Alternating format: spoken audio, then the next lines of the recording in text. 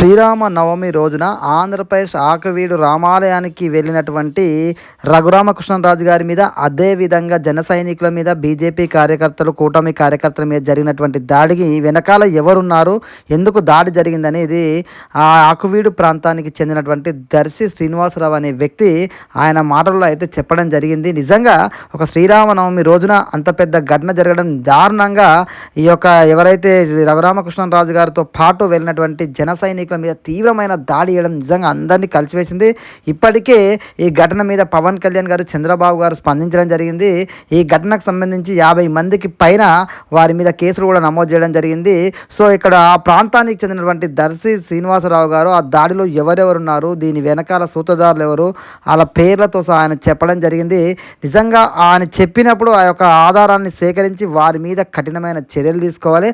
అదేవిధంగా రఘురామకృష్ణరాజు గారితో కలిసి మేము మాట్లాడి ఇక్కడ వేదనను, ఇక్కడ జరిగినటువంటి దాడికి సంబంధించిన విషయాలను చెప్పుకోవడానికి మాకు అవకాశం ఇవ్వాలి అని చెప్పేసి ఆకువీడు ప్రాంతానికి చెందినటువంటి వాళ్ళు చెప్పడం అయితే జరుగుతుంది. సో దీని మీద మరి రఘురామకృష్ణరాజు గారు కానీ ఈ కూటమి ప్రభుత్వం కానీ ఏ విధంగా స్పందిస్తుంది?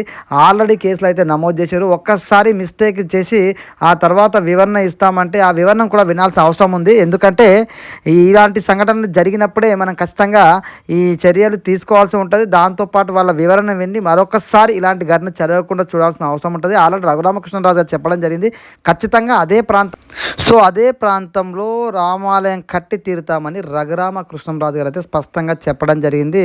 సో అక్కడ ప్రజలు దాడి గురించి చెప్పిన ఘటన గురించి, అదేవిధంగా దాని వెనకాల ఎవరున్నారో వాళ్ళ మాటల్లో వింటే మీకే స్పష్టంగా అర్థమైతే ఒకసారి వాళ్ళ మాటలు కూడా వినే ప్రయత్నం చేయండి. అందరికీ నమస్కారం అండి. నా పేరు దర్శి శ్రీనివాసరావు అండి. మాది పెద్దపేట అండి. మా పెద్దపేటలో గత కొద్ది రోజులుగా కొన్ని సమస్యలు జరుగుతున్నాయండి.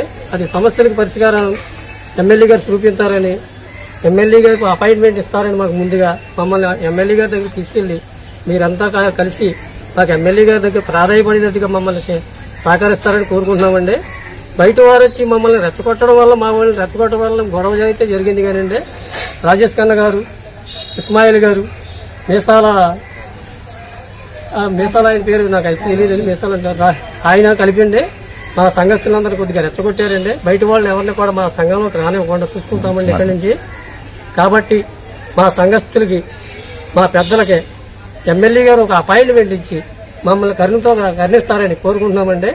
ఈ సమస్యకి ఇంతతో పరిష్కరించారని మేము కోరుకుంటున్నామండి. నమస్తే అండి.